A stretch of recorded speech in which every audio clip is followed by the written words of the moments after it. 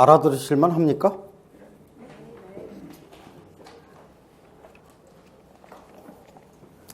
초창기에 제 강의가 어렵다고 해갖고 부드럽게 하려고 신경 많이 쓰고 있는 겁니다.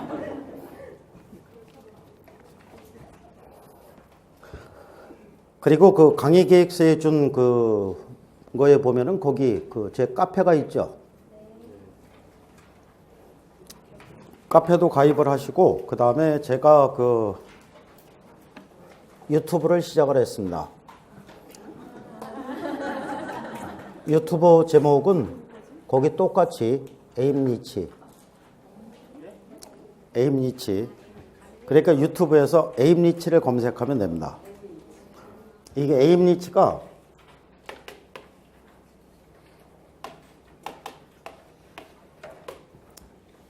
이게 무슨 뜻이냐면은 에임, 이게 골프에서 나오는 용어입니다. 그 방향. 그래서 향하여 이렇게 됩니다. 리치는 부자죠. 그래서 부자를 향하여. 예? 예. 그래서 유튜브에서 공인중개사 법령 및 실무 요것뿐만 아니라, 그러니까 법령 및 실무 중에서 제가 강의 시간에 못하는 내용도 있습니다. 이게 이제 시험에 나오는 거 중심으로 이렇게 딱딱하다 보니까는 못하는 내용도 있는데, 이 유튜브는 진도가 없죠. 진도가 없으니까는 한 20분 정도로 끊어갖고 앞으로 이제 계속해서 이제 공인중개사 법령 및 실무에 해당되는 내용을 영상을 찍고, 그 다음에 제가 또 하는 게 경매죠. 그래서 이제 경매에 대한 영상도 같이 이렇게 올릴 계획인데, 경매 파트는 보지 마세요. 경매 파트는 보지 말고, 이건 나중에 합격하신 다음에 보고, 지금은 법령 및 실무 요 영상만 보시면 됩니다. 이제 딱 하나밖에 안 올렸어요. 딱 하나밖에 안 올렸는데, 처음에 이렇게 찍다 보니까는 저는 쉬울 줄 알았는데 생각보다 이 조명이라든가 이런 거 하는 게 상당히 어렵더라고요. 그래서 이제 칠판이 환하게 나오면은 제가 시커멓게 나오고, 뭔가 이제 조명이 안 맞아서 그런 것 같은데, 이 조명에 대해서 조금 아시는 분들은 좀 조언도 해주고, 앞으로 조명도 이렇게 조금 이렇게 바꿔갖고 이렇게 좀 산뜻하게 나올 수 있게끔 계속 이렇게 발전이 될 겁니다. 유튜브를 하는 거는, 이 유튜브는 서비스죠. 돈 받고 하는 게 아니라 그냥 하는 겁니다. 그냥 하는 건데, 제가 공인중개사 강의를 하면서 20년 동안 잘 먹고 살았으니까는 이제 몇 년 있으면은 그만둬야 되죠. 나이도 있고 해서 그만둬야 됩니다. 그만둬야 되는데, 그만두기 전에 서비스를 잘하고 그만두면은 복 받겠죠.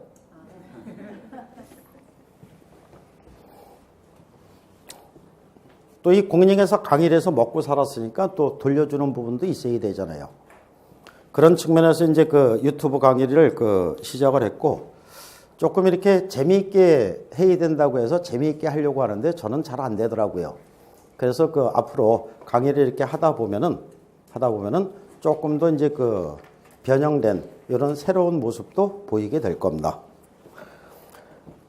지금은 공부하는 거니까는 이 공부에 초점을 맞춰갖고, 아침에 출퇴근을 할 때 이상히 여자분들은 가만히 보니까 옷 구경을 많이 하더라고요. 스마트폰으로. 제가 전부 다 이렇게 고개를 숙이고 있어갖고 뭐를 보고 있나 한번 이렇게 슬쩍 이렇게 이 컨닝을 합니다. 그러면 대부분 옷 구경을 많이 해요, 여자분들은. 그러니까 옷 구경 같은 거 하지 말고 그거 이렇게 들으면서 오시면 됩니다. 앞으로 뭐 문제라든가 기출문제라든가 이런 부분도 전부 다 유튜브로도 서비스가 될 겁니다. 결격사유.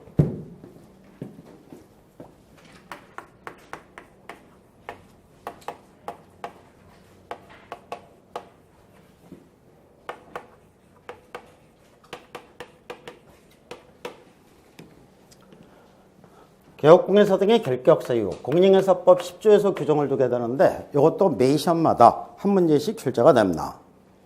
그러면 말 그대로 접근해 보면은 개업공개사 등의 결격 사유, 그러니까 개업공개사 등이 될 수 없는 사람들이라는 얘기죠. 개업공개사 등이 될 수 없는 사람들입니다. 그래서 이게 이제 원래 기본서 나오면은 그 법조문을 이렇게 쭉 다 읽어드려야 되는데 입문서니까 그 정도는 안 돼 있고, 그래서 이제 결격사유는 연결해서 암기하는 방식이 있습니다. 곧바로 넘어가면은 어떻게 암기하시면 되느냐 하면은 제한능력자가 돈이 없어서 파산을 신청하니 유예도 없이 시정을 선고하고 행정처분하고 300만 원 이상의 벌금형까지 선고하니 처음부터 끝까지 되는 일도 없다.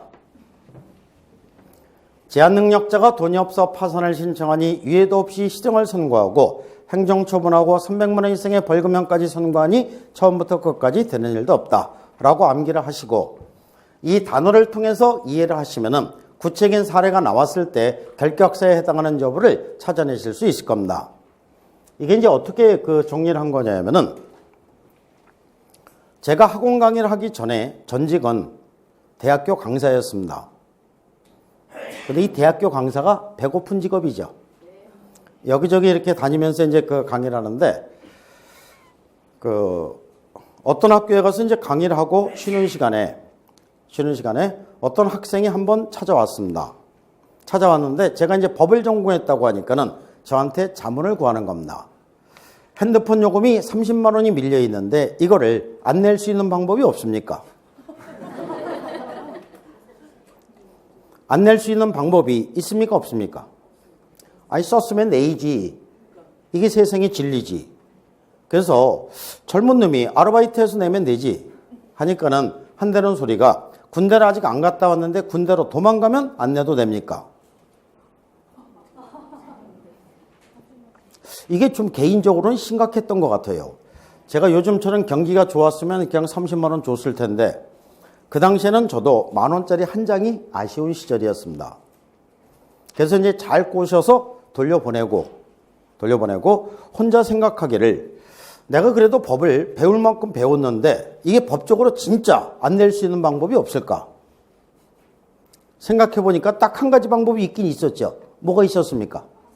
예, 파산. 파산 선고가 되면은 채무를 면제해 주죠. 그런데 채무를 면제해 주는 그 조건이 상당히 가혹합니다. 비교적 장기간 동안 15년 동안 거주 이전의 자유까지 제한이 됩니다. 여행 가려고 하면은 그냥 여행 가는 게 아니라 법원에 승낙받고 여행 가야 됩니다. 그러니까 너 돈이 없어서 파산을 해놓고 무슨 돈으로 여행을 가니? 이렇게 가는 거죠. 학생들이 대부분 미성년자죠.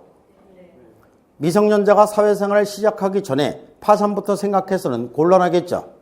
그래서 제한능력자가 돈이 없다고 파산을 신청하니까 괘씸죄에 걸리는 겁니다. 그래서 유예도 하지 않고 곧바로 시정을 선고하고 행정처분하고 300만 원 이상의 벌금형까지 선고하니 처음부터 끝까지 되는 일도 없다. 이렇게 연결을 시킨 겁니다. 근데 이 줄거리를 얘기해 주더라도 그래도 그거 외우는 게 영 자신이 없다. 근데 이제 공부하시는 분들이 이 시험 공부는 일정 부분은 암기를 해야 되고 일정 부분은 이해를 해야 됩니다.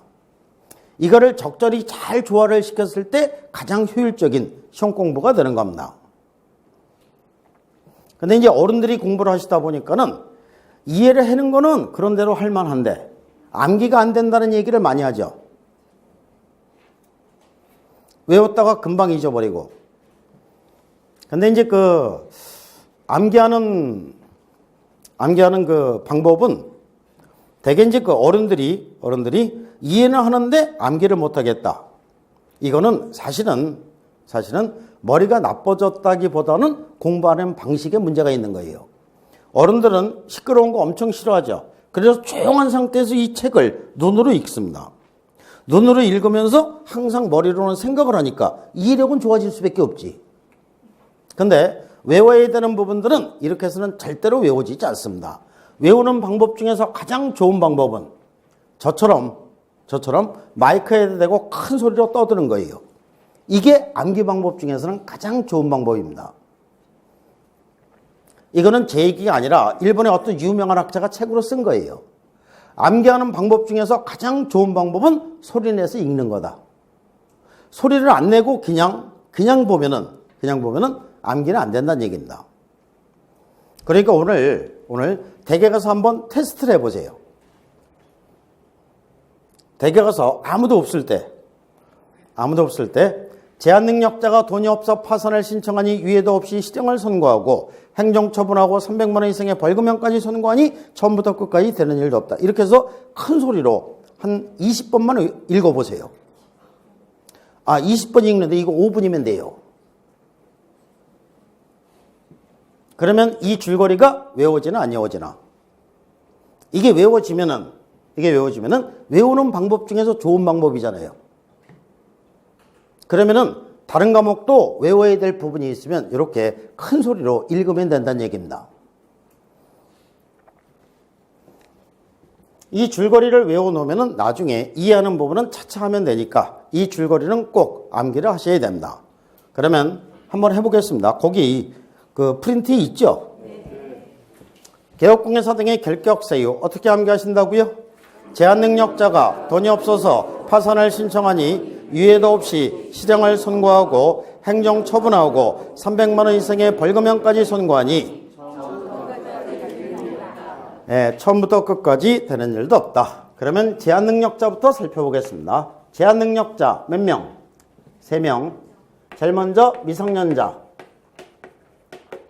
그 다음에 피성년 후견인, 피한정 후견인 이렇게 되는데 미성년자 어떤 사람? 19세 미만자. 잘 하시는데 어디에서 배우셨습니까? 이거 어디서 배우셨어요? 아들이 19세 미만자예요? 이거 민법에서 나오는 거죠. 근데 이제 민법에서는 19세 미만자 요거보다 더 주의해서 알아둬야 되는 게 예외 있다죠. 19세 미만자라고 하더라도 혼인을 했거나 법정대리인의 동의가 있으면 단독으로 유효한 법령을 할 수 있다. 이렇게 되죠. 여기서는 예외 없답니다. 19세 미만자는 혼인을 했건 안 했건 불문하고 법정대리인이 동의를 했건 안 했건 불문하고 개업공예사 등이 될 수 없다. 이렇게 되겠죠. 그러니까 이 예외 없다. 이게 민법상의 제한 능력자와의 차이점이죠. 법과목은 항상 이런 차이점이 포인트가 돼서 문제가 나오게 되는 겁니다. 그래서 예외 없다. 요거를 잘 알아두셔야 되고 피성년 후견인 어떤 사람?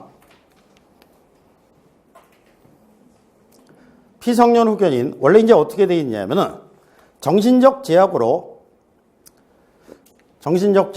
사물을 처리할 능력이 지속적으로 결여된 자에 대해서 본인, 배우자, 사촌이, 친정 이런 사람들의 청구에 의해서 가정법원에서 피성년 후견인 개시임판을 받은 자, 이 사람이 피성년 후견인입니다. 그런데 이 어떤 사람에 대해서는 피성년 후견인 개시임판을 해주고 어떤 사람에 대해서는 피한정 후견인 개시임판을 해주느냐, 이거는 엄격하게 따지면은 개공사가 알 바 아니죠. 누구만 잘 알면 됩니까? 가정법원에 근무하는 사람들만 잘 알면 되는 겁니다. 개공사는 가정법원에서 선고해 주는 대로 그대로 갖다 적용만 시키면 되는 거죠. 그래서 어떤 사람에 대해서 피성년 후견인, 피한정 후견인 개시임판을 해주느냐 몰라도 된다는 얘기입니다. 그래서 가정법원에서 개시임판을 받고 또한 원인이 소멸됐느냐 소멸되지 않았느냐 이것도 불문합니다. 가정법원에서 종료심판을 받지 않은 자, 이 사람이 피성년 후견인이 됩니다. 그러면 피한정 후견인도 역시 마찬가지로 개시심판 받고 종료심판 받지 아니한 자, 이 사람이 후견인, 피한정 후견인이 되는 겁니다. 그러니까 가정법원에서 개시심판을 받았느냐 받지 않았냐, 종료심판을 받았느냐 받지 않았냐, 이걸 갖고 획일적으로 대입하게 되는 겁니다. 그러면 혼인한 미성년자 개공사 등이 될 수 있다 없다? 없다. 예외 없으니까 정신적 제약으로 사물을 처리할 능력이 지속적으로 결여된 자, 정신적 제약으로 사물을 처리할 능력이 지속적으로 결여된 자, 개업공예사 등이 될 수 있다 없다? 있다 없다? 그러니까 정신적 제약으로 사물을 처리할 능력이 지속적으로 결여된 자, 이 사람은 피성년 후견인 이다 아니다? 아니다. 왜? 개시심판 안 받았으니까. 이 사람은 피성년 후견인 개시심판을 청구할 수 있는 사람이지, 이 사람이 피성년 후견인은 아니란 얘기죠. 오케이? 그러니까 피성년 후견인 개시심판을 해줘야, 가정법원에서 심판을 해줘야, 그래야 피성년 후견인이 된다는 얘기입니다. 또한 원인이 소멸됐느냐 소멸되지 않느냐, 이것도 불문해요. 불문하고 가정법원에서 종료심판을 해줘야 피성년 후견인에서 벗어난다는 얘기죠. 그러면 정신적 제약으로 사물을 처리할 능력이 지속적으로 결여된 자, 개공사 등이 될 수 있다 없다? 있다. 이렇게 되겠죠. 피성년 후견인이 아니니까. 다시, 정신적 제약으로 사물을 처리할 능력이 지속적으로 결여되어 가정법원에서 피성년 후견인 개시심판을 받았으나, 심판받았어요. 원인이 완전히 소멸된 자, 개업공예사 등이 될 수 있다 없다? 없다. 없다. 없다. 뭘 안 받아서? 종료심판 안 받았으니까. 그러니까 개시심판을 받았느냐 받지 않았느냐, 종료심판을 받았느냐 받지 않았느냐, 이거 갖고 그냥 획일적으로 갖다 대입하면 된다는 얘기죠. 그러니까 심판 받았느냐 안 받았느냐, 요걸 갖고 적용을 시킨다고요. 그러면 피한정 후견인 개공사 등이 될 수 있다 없다? 피한정 후견인은 개시심판을 받은 사람입니까? 안 받은 사람입니까? 받은 사람. 받은 사람이니까는 피한정 후견인이라고 부르는 거고, 개시심판을 받은 사람이기 때문에 피성년 후견인이라고 부르는 겁니다. 엄청 어려운 것 같죠? 근데 이게 시간 지나면 안 어려워요. 또 한 사람이 있게 되는데 뭐가 있느냐 하면은 피특정 후견인입니다.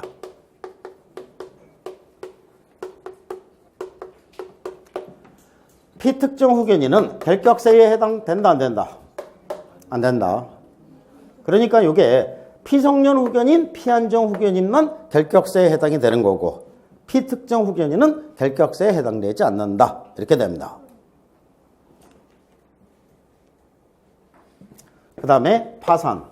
이게 파산도 쉽습니다. 파산 선고를 받고 이거는 복권이라는 말을 사용합니다. 파산 선고를 받고 복권되지 아니한 자. 그래서 파산 선고를 받았느냐 받지 않았냐, 복권이 됐느냐 되지 않느냐, 이거 갖고 그냥 획일적으로 대입하는 겁니다. 그러면 사업을 하다가 실패하여 금융기관에 신용불량자로 등록된 자, 신용불량자로 등록된 자, 개업공예사 등이 될 수 있다 없다? 있다. 파산하고 신용불량자하고 그 다음에 개인회생 제도하고 다 다른 제도죠. 이 중에서 파산자만 결격세에 해당이 되는 겁니다.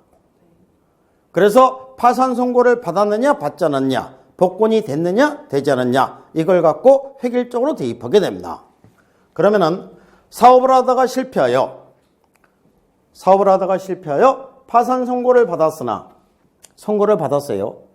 파산 선고를 받았으나 채권자들이 모두 용서한 자, 개업공예사 등이 될 수 있다 없다? 예, 없다. 이제 좀 감각이 살아나시네요. 무슨 말이 없어서? 복권이라는 두 글자가 없으니까. 그러면 다시, 사업을 하다가 실패하여 파산 선고를 받았으나 파산 선고를 받았으나 복권에 당첨되어 채무를 완전히 변제한 자, 개업공여사 등이 될 수 있다 없다? 없다. 에? 없다. 없다. 이 복권하고 그 복권하고는 다른 복권이죠. 그 다음에 유예와 실행의 선고인데, 유예와 실행의 선고는 왼쪽이 금고 이상입니다. 금고 이상의 형에 집행유예 처분을 받으면은, 금고 이상의 형의 집행유예 처분을 받으면은 유예기간 동안 결격사에 해당이 됩니다. 금고 이상의 형의 집행유예 처분을 받으면 유예기간 동안 결격사에 해당되는데, 금고 이상의 형이라고 했을 때, 금고 이상의 형이라는 것은 우리나라 형법에서는 형벌의 종류를 총 9가지로 규정을 하게 됩니다. 가장 무거운 형벌이 뭐예요? 사형, 잡아다 죽이는 거죠. 맞잖아요. 그 밑에는 징역, 잡아다가 가둬놓고 일시키는 겁니다. 그 다음에 금고, 잡아다가 가둬놓고 일은 시키지 않는 겁니다. 교도소 아니건 바뀌건 일하기 싫죠. 그렇잖아요. 그래서 일을 하지 않는 금고가 일을 하는 징역보다는 가벼운 형벌입니다. 그래서 금고 이상의 형이라고 했을 때는 사형, 징역, 금고를 얘기하는데, 이게 사형이 문제 나올 리 없겠죠. 그러니까 징역, 금고 두 개만 알아두시면 됩니다. 이 밑에는 자격 상실, 자격 정지, 벌금, 구류, 과료, 몰수 이렇게 해서 총 9가지로 나누어지게 되는데, 나머지 형벌은 나올 여지가 없습니다. 그래서 이제 금고 이상의 형의 집행유예 처분을 받고 유예기간 동안 결격사에 해당되는데, 여기서 이 유예라는 말이 나오게 됩니다. 유예라는 말은 도대체 한다는 얘기입니까? 안 한다는 얘기입니까?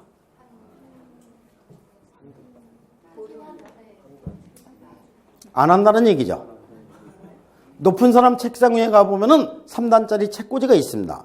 제일 위에 기결, 중간에 보류, 제일 밑에 미결. 순서가 맞습니까? 책꽂이 순서 잘 안 봐서 잘 몰라요, 저는. 아무튼 그런 책꽂이 있죠. 그러면 이 중에서 유예는 뭐와 비슷한 말입니까? 보류와 비슷한 말이에요. 보류. 그러니까 유예한다, 보류한다. 오케이? 그러니까 집행유예라는 말은 집행을 보류한다는 얘기죠. 집행을 보류한다는 얘기인데, 범죄가 있게 되면은 기소를 하게 되고 형을 선고해서 선고된 형량에 따라서 집행을 하죠.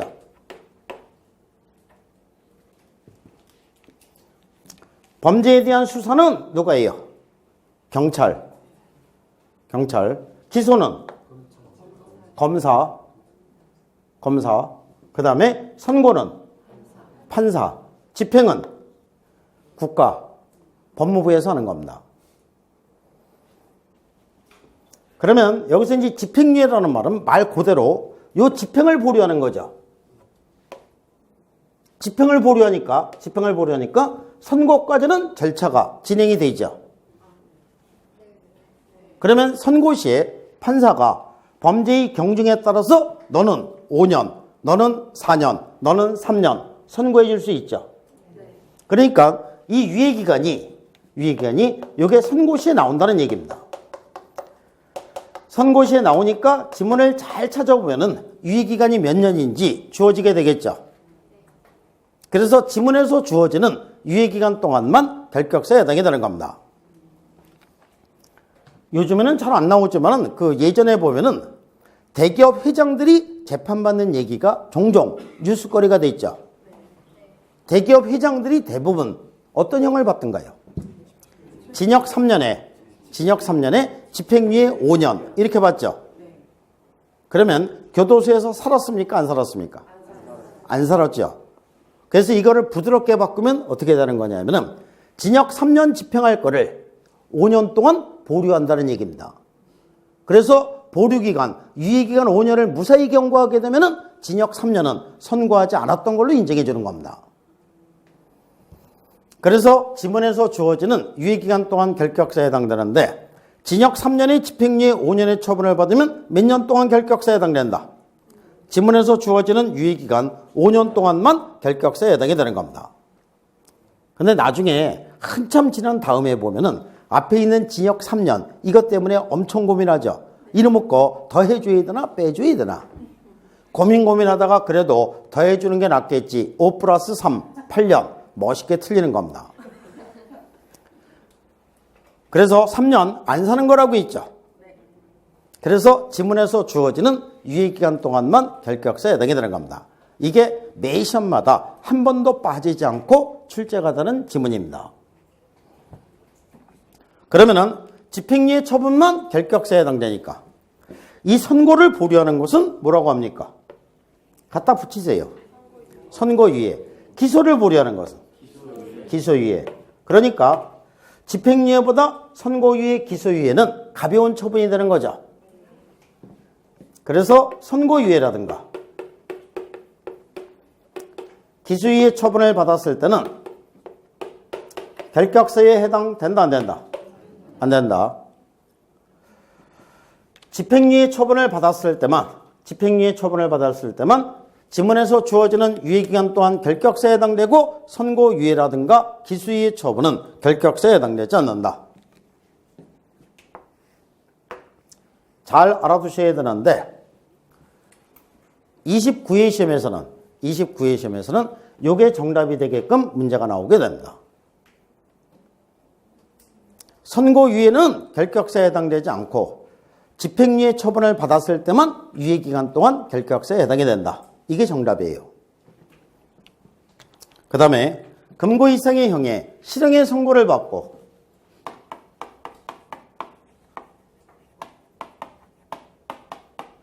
그 집행이 종료되거나 집행이 면제된 날로부터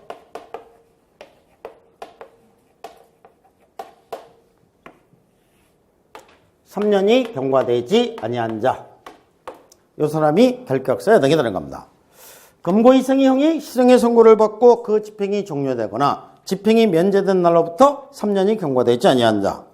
그러면 금고 이상의 형이 실형의 선고를 받고 그 집행이 종료된다? 집행이 종료되는 시점은 형기를 다 채우면 집행 종료가 되죠.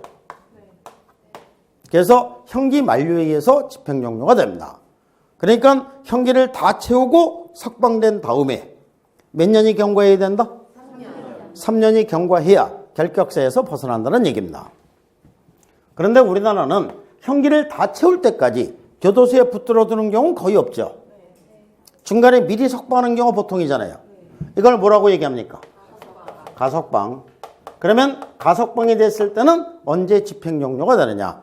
가석방이 됐으면은 자녀 형기를 무사히 보내게 되면 집행 종료가 됩니다. 그래서 자녀형기를 무사히 보내게 되면은 집행 종료고 여기서 다시 3년 경과하면 결격사에서 벗어나게 되는 겁니다. 그런데 유기형은 자녀형기가 명백하겠지만은 무기형은 자녀형기가 불분명하죠. 그래서 무기형은 자녀형기를 획일적으로 10년으로 보게 됩니다.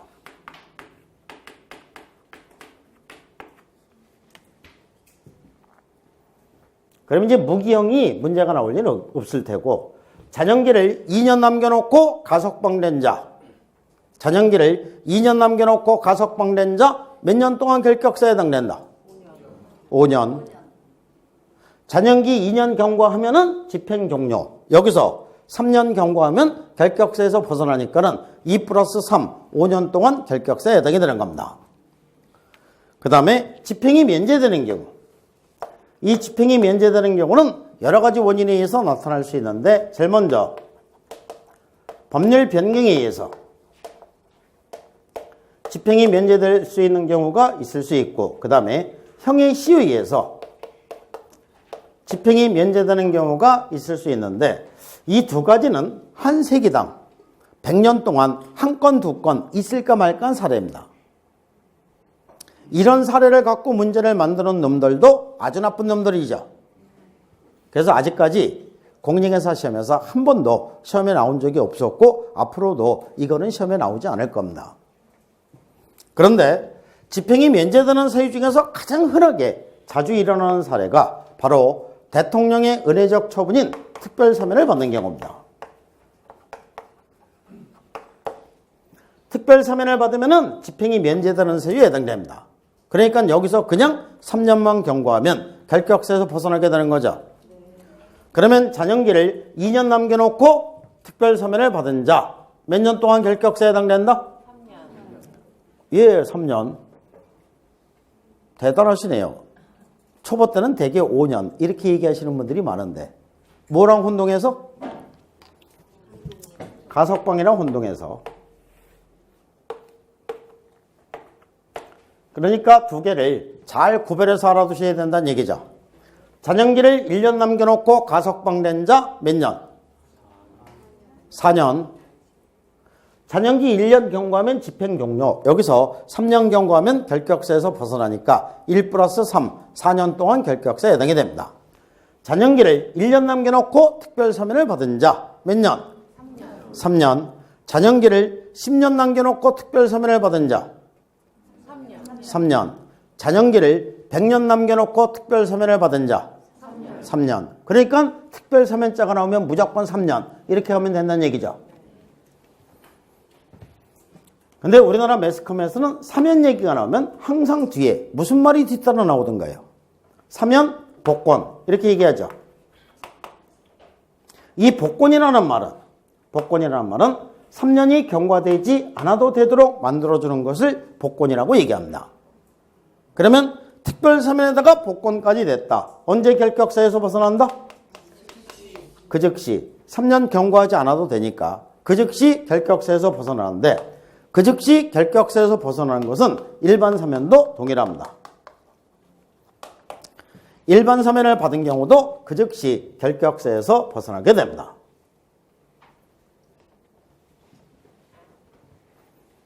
근데 우리나라는 이 특별 사면은 자주 하지만 일반 사면은 잘 안 하죠. 이 일반 사면이 되면 어떻게 되는 거냐면은 범죄 기록 자체가 없어지는 거예요. 범죄 기록 자체가 없어지니까 일반인들하고 똑같아지죠. 그래서 그 즉시 결격사에서 벗어나게 되는 겁니다. 일반 사면은 이거는 대통령이 독단적으로 할 수 있는 것도 아니고 국회의 사전 동의를 받아서 해야 됩니다. 특별사면은 집행만 면제시켜주는 겁니다. 집행만 면제시켜주니까는 전과 기록은 그대로 남아있죠. 그래서 3년 경과해야 결격사에서 벗어나게 되는 것이고 가석방은 집행을 면제시켜주는 것도 아니고 집행 방법만 달리해주는 겁니다. 원래 징역형을 집행할 때는 교도소에 가두는 거죠. 가두지 않고 석방시켜 놓고 집행한다는 얘기입니다. 그래서 가석방 이렇게 하는 겁니다. 그러니까 잔영기 경과해야 집행 종료가 되고 여기서 다시 3년 경과해야 결격사에서 벗어나게 되는 겁니다. 그러면은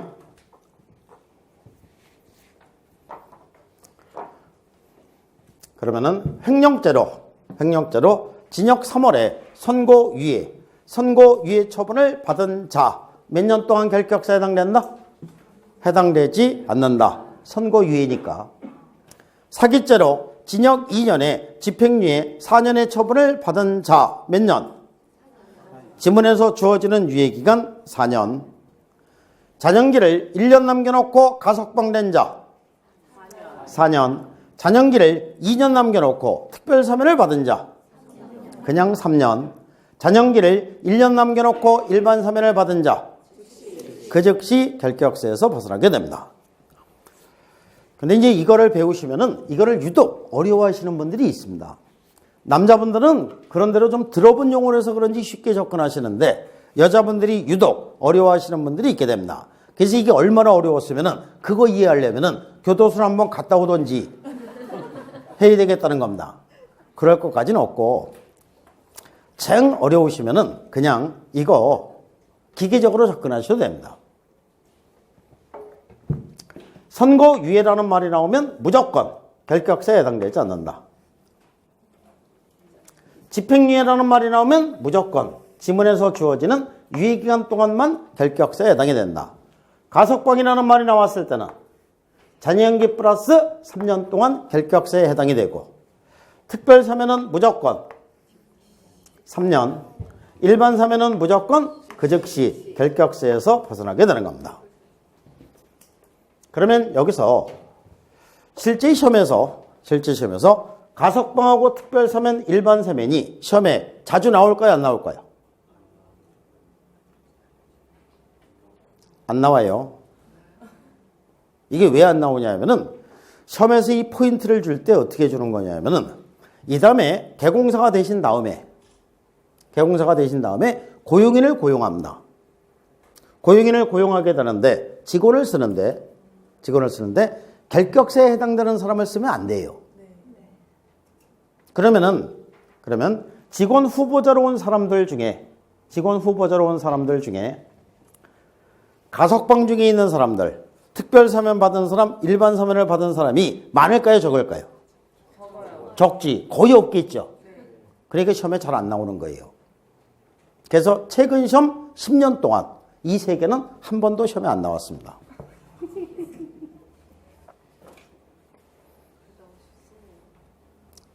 (10년) 동안 안 나왔으니까 나올 수 있다? 말 된다, 안 된다? 안 된다. 그렇게 접근하시면 공부해야 되는 내용이 무궁무진하게 늘어납니다. 그러면 10년 동안 안 나왔는데 새로 나왔다. 그건 틀리면 돼요. 아주 속편하고 좋잖아요. 공인중개사 시험 다 맞춰야 되는 거 아닙니다. 법령미 실무가 목표 점수가 80점 이상이라고 하더라도 8문제까지는 틀려도 되죠. 8문제 틀리면 80점 나오거든요. 그런데 그 틀려도 되는 그 8문제, 그 중에서 2문제 내지 3문제는 출제위원이 틀리라고 내는 문제예요. 틀리라고 내는 문제는 틀려줘야 출제위원에 대한 이해입니다. 그러니까 틀리라고 내는 문제 맞추려고 노력하실 필요 없는 거예요. 출제위원한테 맡기세요. 네가 나 떨어뜨리고 싶으면 떨어뜨려라. 아주 어렵게 나오면 떨어져 줄게. 속편하고 좋잖아요. 근데 그럴 리가 없어요.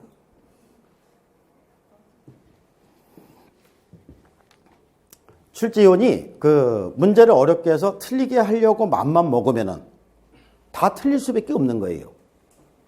그러니까 틀리라고 내는 문제에 절대로 초점을 맞추시면 안 됩니다.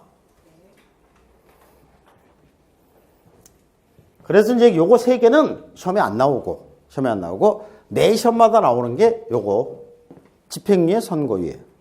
그러니까 집행유예 선고유예가 비교적 가벼운 처분이 되죠.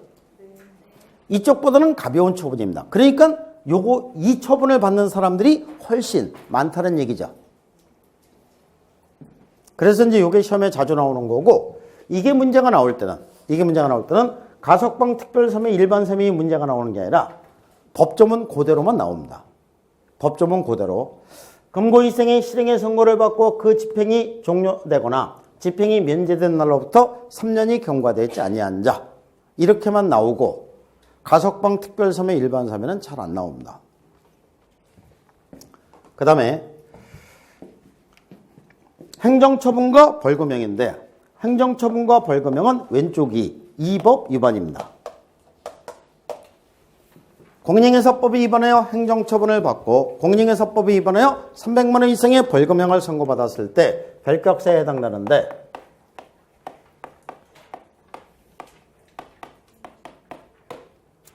행정처분은 저기 이제 뒷부분에서 배우십니다. 뒷부분에서 배우시는 내용인데, 지금 현재 중개사무소 개설 등록 안 하셨으니까는 개공사도 아니고 공인중개사 자격증도 없으니까 공인중개사도 아니죠. 네. 그러면 지금 현재 행정처분 받을 수 있는 거 있습니까, 없습니까? 없어요? 있어요? 뭐 있습니까? 네? 무등록 중개업자는 이거는 행정처분이라고 하지 않고 형벌이라고 얘기합니다. 형벌, 벌. 교도소에 가는 거죠. 이거는 교도소에 가는 게 아닙니다. 행정처분. 지금 받을 수 있는 행정처분은 뭐가 있냐면은 운전면허증이 있으시죠? 네. 면허 정지처분, 면허 취소처분. 이게 행정처분이에요. 운전면허증도 없으면 처분받을 거 없고. 근데 운전면허증은 대부분 있지 않아요? 그러면 이제 공인중개사 법령에서 나오는 행정처분은 5가지가 있는데 이 중에서 4가지가 결격사에 해당됩니다. 4가지가 결격사에 해당되는데 공인중개사 자격 취소 처분이 있고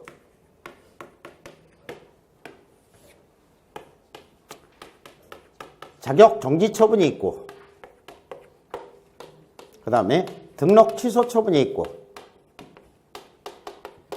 업무 정지 처분이 있게 됩니다.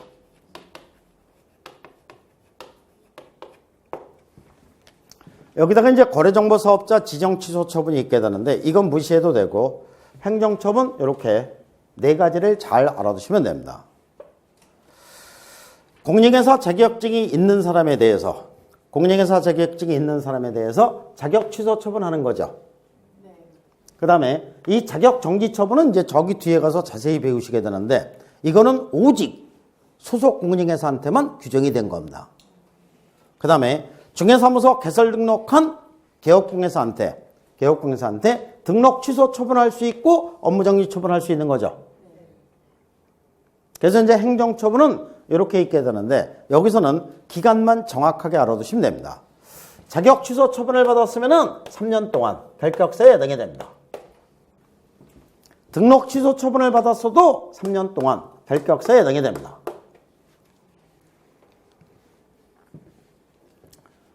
그러니까 취소 처분은 전부 다 몇 년?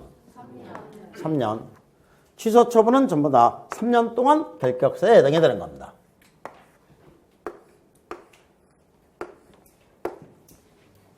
정지처분은 이 그냥 정지처분하는 게 아니라 유골의 범위 안에서 기간을 정해서 정지처분하도록 규정이 되어 있습니다. 그러니까 면허 정지처분을 받을 때 그냥 정지처분 받는 게 아니죠. 기간 나오죠. 3개월 면허 정지 뭐 이렇게.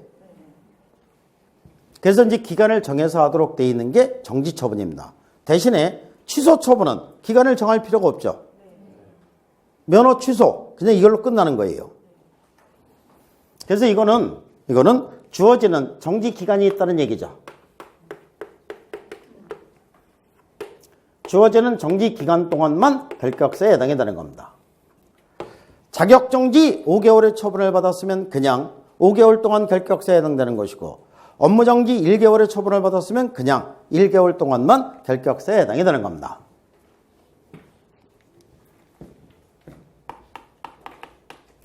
그래서 개업공개사가 업무 정지 처분을 받고 폐업을 하면 업무 정지 처분 기간 동안 결격사에 해당이 되고 법인인 개업공개사가 업무 정지 처분을 받았을 때는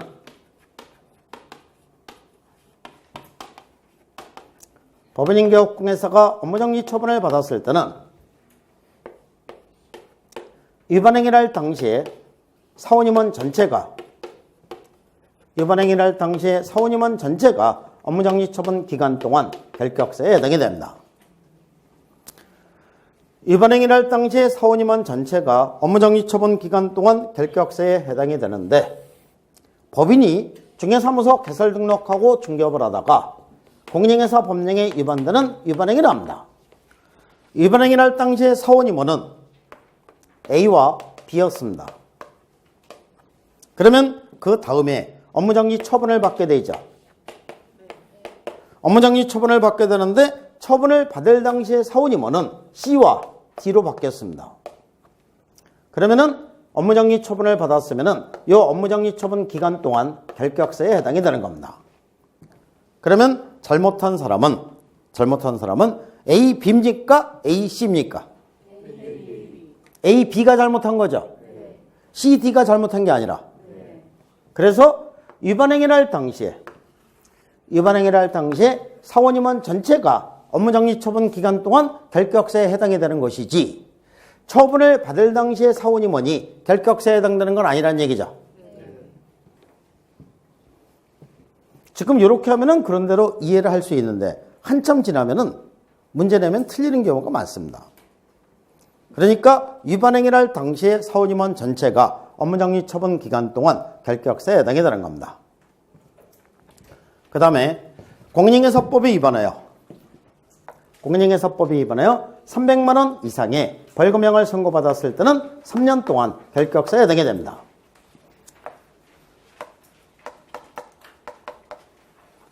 공인중개사법에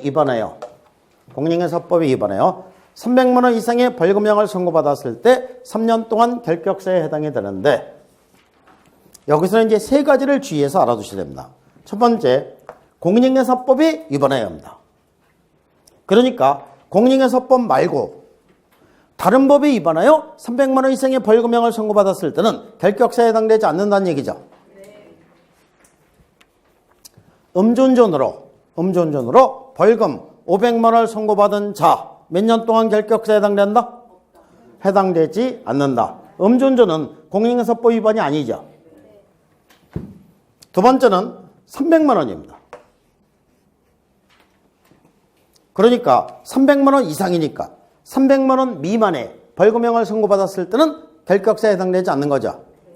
공인중개사법에 위반하여 벌금 200만 원을 선고받은 자 몇 년? 해당되지 않는다. 이렇게 되겠죠. 300만 원 미만이니까. 이번 시험에는 이게 정답이에요. 할만하죠? 근데 이게 정답이 나올 줄은 제가 미리 알아서 미리 다 알려드렸기 때문에 다 맞추셨을 거예요. 그 이유가 강사들이 이제 이 시험에 임박하면은 찍기라는 걸 하게 됩니다. 찍기를 할 때 기준이 되는 게 뭐예요? 찍기를 할 때 기준이 되는 거는 그 전에 기출문제입니다. 그러니까 기출문제에서 요렇게 나왔다. 그러니까 이번 시험은 요렇게 나오면 된다. 이게 찍기예요. 맞는 경우도 있고 안 맞는 경우도 있고. 그러니까 요거를 다 공부를 시키되 지금까지 요렇게 나왔으니까 이거는 이번 시험에는 요게 정답이 되게끔 문제가 나올 가능성이 높다. 그러니까 요거를 잘 알아두시라.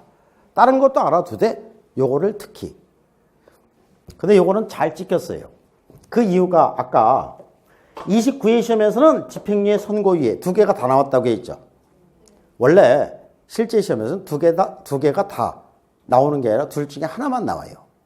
그리고 29회 시험에서는 이게 두 개가 다 나오면서 이게 정답이 되게끔 문제가 나옵니다.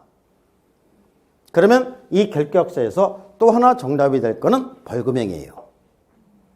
그러니까 29회 시험에서 이게 정답이니까 30회 시험에서는 이게 정답이 되게끔 문제가 나오면은 아주 훌륭한 출제위원이다.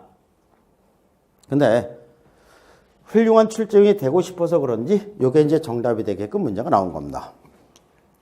그 다음에 세 번째는 공인중개사법에 위반해야 합니다. 위반해야 하는데 이게 상당히 어려운 내용인데 저기 뒤에 가보면은 양벌규정이라는 걸 배우십니다. 양벌이니까 둘 다 처벌한다는 얘기죠. 그래서 개업공개사가 고용한 고용인이 행정형벌에 해당되는 위반행위를 했을 때는 고용인을 벌하는 외에 그를 고용한 개공사한테도 동주에 규정된 벌금형으로 처벌한다. 이게 양벌규정이에요. 그러면 예를 들어서 양벌규정에 의해서 벌금 500만 원을 선고받았다. 개공사가 양벌규정에 의해서 벌금 500만 원을 선고받았습니다. 공인중개사법을 위반을 했습니까? 안 했습니까? 조금 전에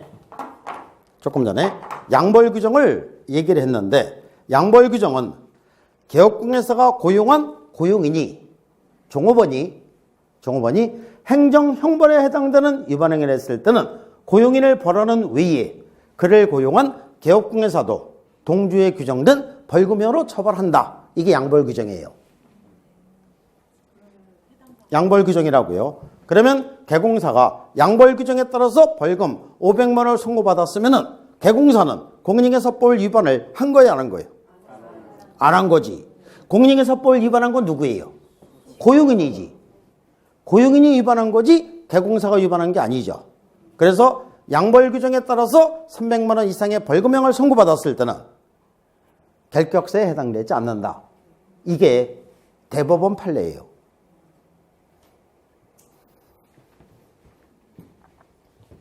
그 다음에 처음부터 끝까지 법인의 임원 중에 결격사에 해당하는 임원이 있는 법인. 임원이 결격사에 해당되면 법인 자체의 결격사에 해당이 되는 겁니다. 그런데 미꾸라지 한 마리가 물 전체를 흐리게 하는 것은 바람직하지 않죠. 물을 흐리게 하는 미꾸라지 한 마리만 딱 잡아내면 되는 겁니다. 그래서 결격사에 해당하는 임원을 2월 이내에 해소하면 법인 자체의 결격사에 해당되지 않는다. 2월 이내에 해소하지 않으면 법인 자체의 결격사에 해당이 된다. 그래서 개업공개사 등의 결격사유는 제한능력자가 돈이 없어서 파산을 신청하니 이해도 없이 실형을 선고하고 행정처분하고 300만 원 이상의 벌금형까지 선고하니 처음부터 끝까지 되는 일도 없다. 라고 암기를 하시고 이렇게 이해를 해서 알아두시면 매 시험마다 한 문제를 맞추시게 되는 겁니다. 이게 갈 때까지 간 거예요. 갈 때까지 간 건데 그런 대로 뭐 할만하지. 할만하죠? 아, 이거 지금 당장 알아둬야 되는 게 아니라 내년 10월 달까지 여기까지 알아두시면 되니까 할 수 있을 것 같잖아요.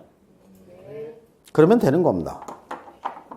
그러면 한번 해보겠습니다. 개업공개사 등의 결격사유 어떻게 암기하신다고요? 제한능력자가 돈이 없어서 파산을 신청하니 유예도 없이 실형을 선고하고 행정처분하고 300만 원 이상의 벌금형까지 선고하니 처음부터 끝까지 되는 일도 없다. 제한능력자 몇 명? 3명. 미성년자, 피성년 후견인, 피한정 후견인. 미성년자 어떤 사람? 19세 미만자. 요거보다 더 주의해서 알아둬야 되는 게 예외 없다. 그 다음에 피성년 후견인 어떤 사람? 대심판 받고 종료심판 받지 아니한 자. 피한정 후견인도 대심판 받고 종료심판 받지 아니한 자. 혼인한 미성년자 개업공개사 등이 될 수 없다. 예외 없으니까. 정신적 제약으로 사물을 처리할 능력이 지속적으로 결여된 자 개업공개사 등이 될 수 있다. 예, 있다. 개심판 안 받았으니까.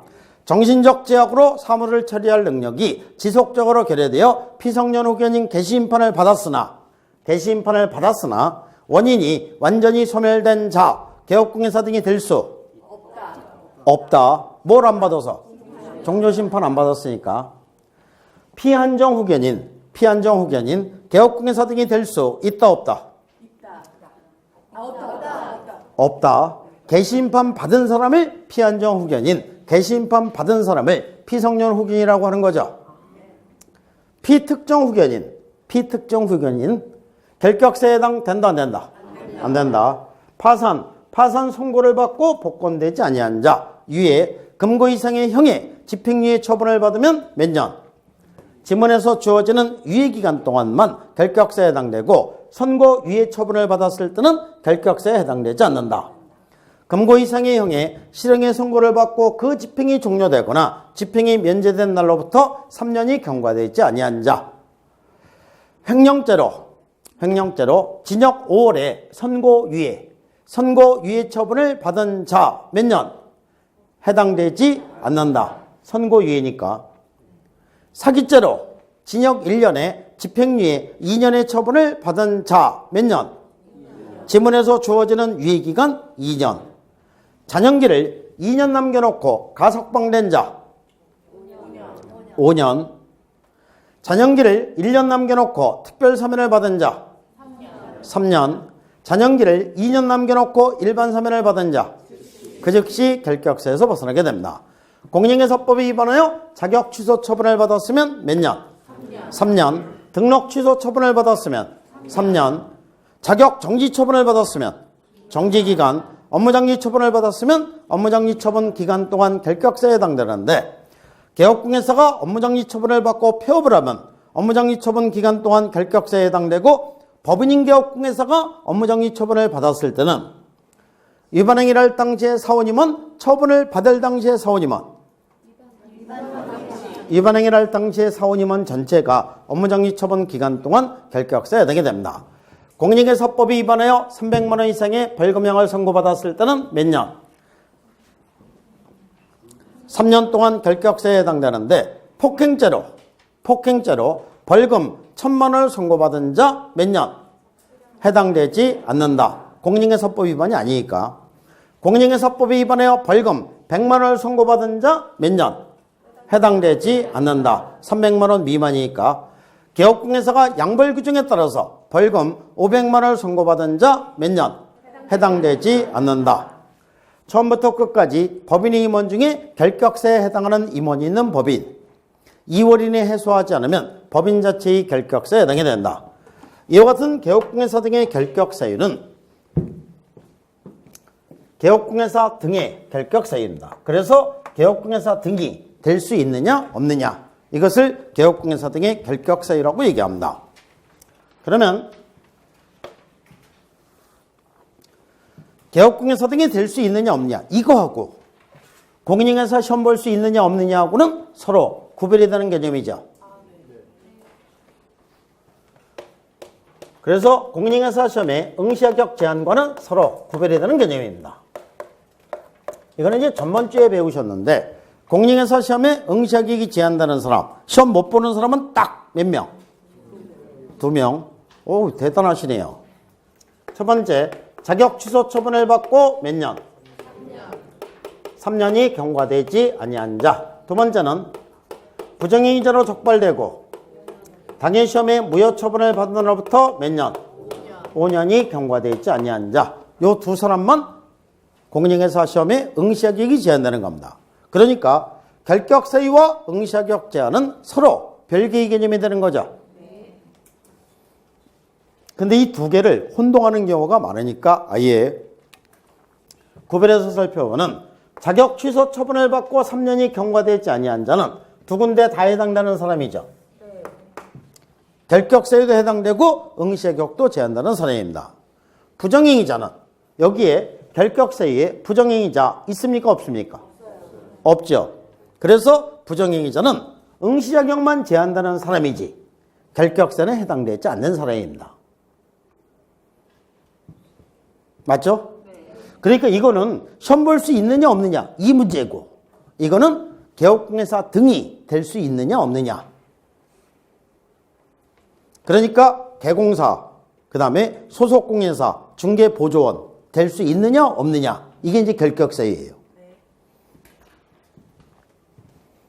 그럼 여기서 이제 그 아주 어렵게 문제가 나올 때는 어떻게 문제가 나오면 되느냐면은 공인중개사 시험에서 부정행위자로 적발되고 당일 시험에 무효 처분을 받은 날로부터 3년이 경과된 자 3년밖에 안 지났어요. 개업공개사 등이 될 수 있다 없다? 있다지. 결격사에 해당되지 않으니까. 맞죠? 뭐 무슨 생각하시는지는 알아요. 그러니까 부정행위자면 자격증이 없을 텐데 어떻게 개업공개사 등이 된다는 얘기냐. 중개보조원이 되는 데는 별 문제가 없다는 얘기입니다. 중개보조원. 그러니까 공인중개사 시험에서 정 자신이 없으면 컨닝해도 된다는 얘기죠. 컨닝해서 단속에 걸리면 5년 동안 뭐만 하면 돼요? 중개보조원. 중개보조원. 다른 말로 뭐라고요? 아, 그런 건 기억을 잘 하시네요. 시다발이. 결격사의 효과.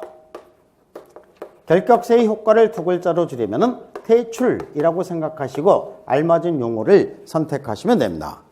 퇴출이라는 것은 강제로 쫓아낸다는 얘기죠. 그러니까 지금 현재 중개업에 종사하는 사람들,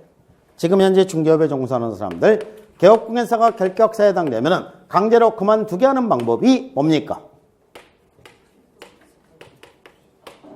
취소. 해고 이렇게 얘기하면은 개공사들이 엄청 섭하다고 하겠죠. 개공사를 부를 때 사장님, 종업원, 아저씨 뭐라고 불러요? 사장님. 아무리 구멍가게 수준이라고 하더라도 사장님이죠. 그러니까 여기 계신 분들은 전부 다 예비 사장님들이죠.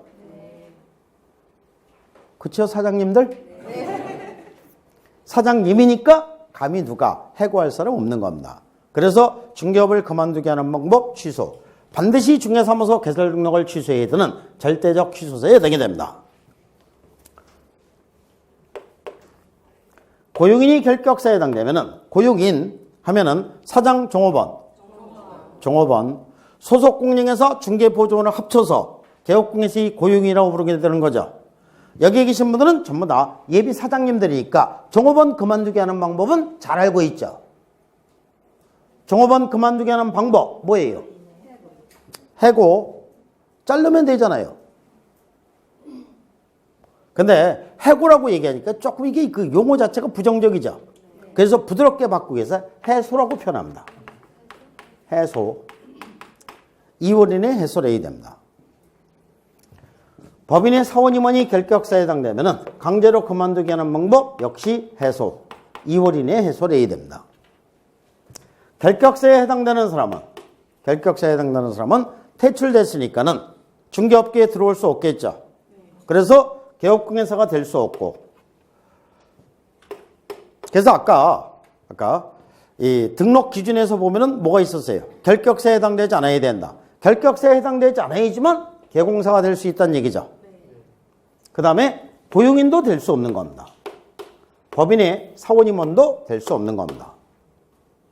그러면은 중개업에 종사하는 이 사람들이 결격사에 해당되면은 그만두고 나가야 됩니다. 강제로 나가게 하는 방법이 개업공에서는 취소, 고용인은 해소, 법인의 임원 해소. 결격사에 해당되는 사람은 중개업계에 들어올 수 없고 하니까 개업공예사가 될 수 없고 고용인이 될 수 없고 법인의 사원임원이 될 수 없다. 그러면 중개업에 종사하는 이 사람들은 결격사에 해당되지 않는 사람들만 남아있게 되겠죠. 그래서 중개업계는 네 글자로 청정지역 이렇게 되는 겁니다. 청정지역. 결격사에 해당되지 않는 사람들만 근무하는 데입니다. 그러니까 여기 계신 분들 전부 다 결혼을 하셨겠지만 그중에 결혼하지 않으신 분들도 있죠. 혼인하지 않으신 분들은 배우자를 선택하실 때 중개업에 종사하는 이 사람들을 배우자로 선택하면 신혼이 보장이 되는 거죠. 결격사에 해당되지 않는 사람들만 근무하는 데니까 신혼이 보장이 되잖아요. 그러니까 공무원만 신혼이 보장이 되는 게 아니라 중개업에 종사하는 이 사람들도 신혼이 보장이 되는 겁니다. 그러니까 중개업계에서 찾아서 혼인부터 하세요. 요즘은 결혼을 참 늦게 하시더라고요. 이렇게 해서 알아두시면 매 시험마다 한 문제를 맞추시게 됩니다. 조금 부족한 점이 있죠. 이거 오늘 완벽하게 알아듣지 못했잖아요. 완벽하게 알아듣지 못했어도 그냥 그대로 덮으세요. 그래야지만 1, 2월 달에 제가 해드릴 게 또 있는 거죠.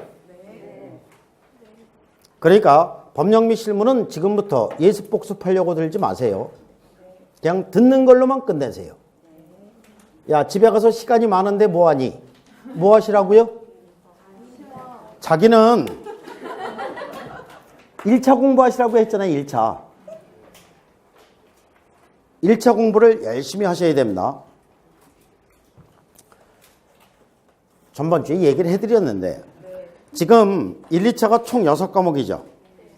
6과목을 똑같은 비중으로 쭉 공부해갖고 내년 10월 달까지 공부하면은 시험에서 붙는다, 떨어진다.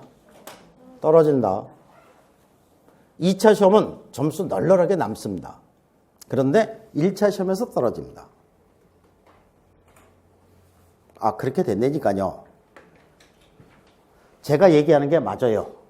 다른 강사 뭐라고 얘기해도 제가 얘기하는 게 맞아요. 그러니까 지금은 1차를 개인적으로 보충을 해야 된다는 얘기죠. 보충을 하는데 언제까지 보충하느냐 하면은 보통 한 5월달, 6월달 이때까지 1차를 보충을 하면은 그쯤 되면은 1차는 개인적으로 보충했으니까 완벽하겠죠. 2차는 강의만 들었으니까는 조금 부족하겠죠. 거기서부터 1, 2차를 똑같은 기준으로 쭉 10월 달까지 가면 그러면은 100% 합격입니다. 그러니까 저는 이제 그 법령 및 실무를 담당하니까 법령 및 실무에 대해서는 필요 이상으로 초창기부터 예습 복습하고 그러지 말고 시간 남을 때 1차를 공부해 두세요. 그래야지만 나중에 수월하게 합격을 하시는 겁니다. 오늘 원래 중개사무소 관리 업무까지 그 프린트까지 나가야 되는데 그거는 다음 시간에 하도록 하겠습니다. 다음 시간에 그 프린트는 가지고 오세요. 네. 수고하셨습니다. 감사합니다.